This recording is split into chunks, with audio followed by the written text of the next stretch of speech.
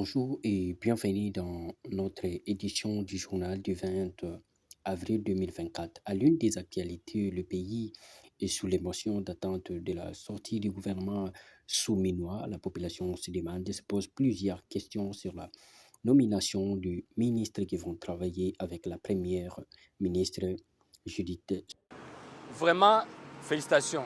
Au Salaya Malam, pour être biso peuple. Nous félicitons le Premier ministre pour sa nomination et nous l'exhortons à nous aider à vivre une vie meilleure parce que la souffrance dans notre pays touche tous les secteurs. Cela me fait énormément de joie. C'est vraiment, je peux dire, un bonheur de voir une femme occuper un poste assez important. Être chef de l'exécutif, ce n'est pas chose facile. 64 ans après, je peux dire qu'il y a quand même une grande évolution de voir cette femme à la tête de l'exécutif.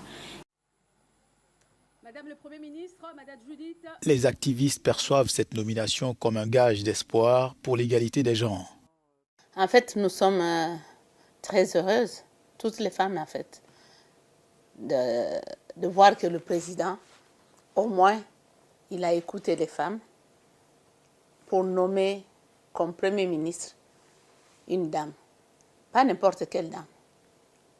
Madame Judith Toulouka, elle a l'expertise, elle a les compétences qu'il faut.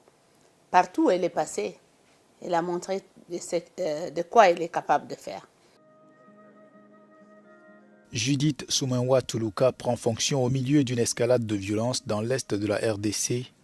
Elle promet d'axer son travail sur la recherche de la paix et du développement. En attendant, la première ministre est chargée de former un nouveau gouvernement.